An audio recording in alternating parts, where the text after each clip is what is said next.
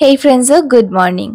আজকের দিনটা আমার জন্য খুবই স্পেশাল বিকজ আজ আমার দাদুর জন্মদিন, যিনি 3 বছর আগে গত হয়েছেন। তো সকালবেলা ছাতু আর ডিম সিদ্ধ খেয়ে রেডি হয়ে বেরিয়ে পড়লাম।